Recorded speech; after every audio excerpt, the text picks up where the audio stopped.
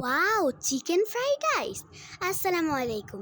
আজ শুক্রবার, আমার জন্য স্পেশাল দিন, কারণ আমার দাদার কাছে শুক্রবার একটা স্পেশাল দিন, তাই আমার কাছেও শুক্রবার একটা স্পেশাল দিন।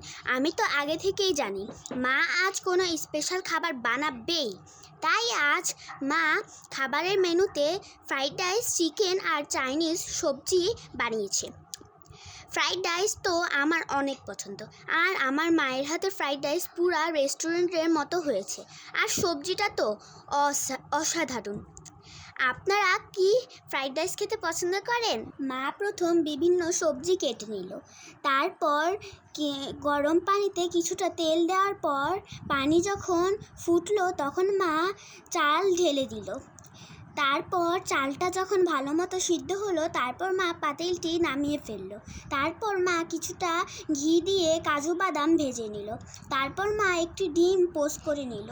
তারপর মা কিছুটা তেলের ভিতর আদা কুচি, রসুন কুচি দিয়ে দিল। তারপর চিকেন দিয়ে দিল। কিছুক্ষণ ভেজে নেওয়ার পর সব রকমের সবজি দিয়ে দিল।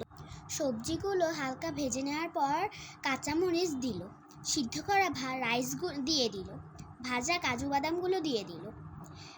পোস্ট করা ডিম দিয়ে দিল।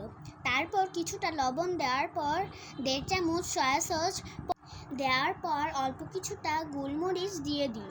তারপর কিছুক্ষণ নাড়াচাড়া করার পর হয়ে গেল মজাদার ফ্রাইড রাইস। আমার মার পেজটাকে লাইক, কমেন্ট এবং শেয়ার করতে ভুলবেন না কিন্তু। আপনারা কিন্তু আমার মায়ের পেজটাকে ফলো দিতে ভুলবেন না।